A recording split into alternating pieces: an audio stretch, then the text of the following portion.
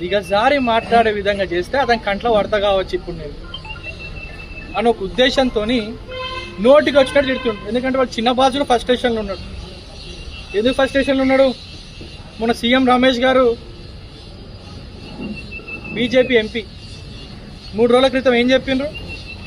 Party విలీనం చేయడానికి merge చేయడానికి ఢిల్లీలో నా ఇంటికి వచ్చిండు, నాతో మాట్లాడిండు, ఫుటేజ్ బయట పెట్టాలా కేటీఆర్ అని అన్నాడు.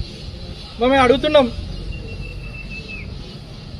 బీజేపీ బీఆర్ఎస్ ఒకటని చెప్పి నేను ఎప్పటి నుంచో ఎలక్షన్ నుంచి చెప్తే 2 దొందే విలీనం కోసం చూస్తున్నారు. కౌశిక్ రెడ్డికి ఏం భయం వచ్చింది?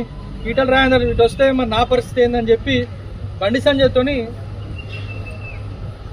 పెట్టుకుంటున్నాడు. ఇక దోస్తి పెంచుకొని రేపు పొద్దున ఇక్కడ మరి నాకు అవకాశం లేదని తన్నేస్తే మరి అక్కడే పోవాలి కదా అని చెప్పి అవకాశవాది, ఉద్యమకారుడు కాదు. ప్రజలంటే అతనికి ప్రేమ లేదు, పనులు చేద్దామని సొయ్యి ఉండదు, ఎప్పుడు సోషల్ మీడియా ఉండాలి, అక్కడ కల్వకుంట్ల కుటుంబానికి గులాంగిరి చేయాలి.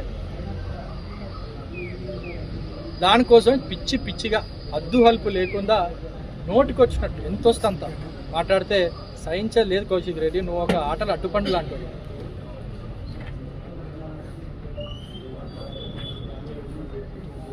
ఒక సామెత